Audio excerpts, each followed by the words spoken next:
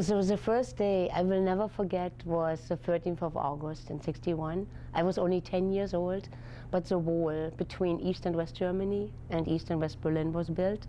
And even though I was just 10 years old, I was acutely aware of that our freedom was now totally curtailed. I had to basically live a double life, join the socialist youth organization, FDJ, Free German Youth Movement, as hundred thousands of other people my age. So even though I was just 10 years old, but my plan was born to leave, not to stay in this country, but I didn't know how to do it.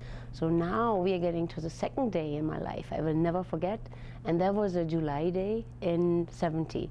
I had just turned 19 years old, and we were at the end of planning my escape from East Germany to freedom, to the West. My two French friends, they were going to all European countries where East met West, and we decided to try the escape route from Bulgaria to Turkey.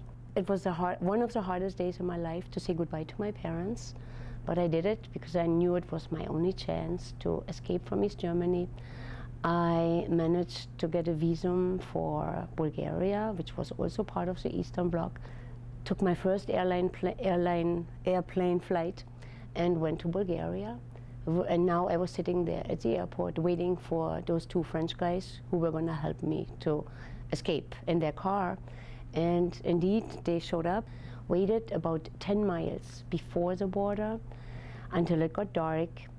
We opened the trunk of the car. It was a small car, a Peugeot 404, as you can see on the picture, which was taken 2 years later. I squeezed into the trunk of the car. My friends, they just wrapped a tarp around me, a blue tarp around me, and emptied all their suitcases, bags on top of me so that it looked like a big, big mess in the trunk of the car. And off we went. We were heading towards the border. So after that, I just assumed what was happening. So the car stopped after, to me, it seemed like an eternity. The trunk was opened up. I heard Bulgarian voices, and through the blue tarp, I saw the flashlight directed towards the trunk of the car. So they started to search the trunk, and I felt that one of the guys touched my ankle, my right ankle, and that's when I thought I'm going to have a heart attack. But the trunk was closed again. The car moved again, and after maybe 5 minutes, the car stopped for a third time. And this time, it was my friends who opened up the trunk, and they had to drag me out of the car after being in the trunk for so long.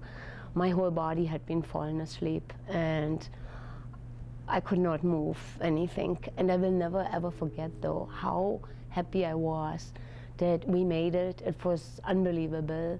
I never forget the sky, the openness of the scenery.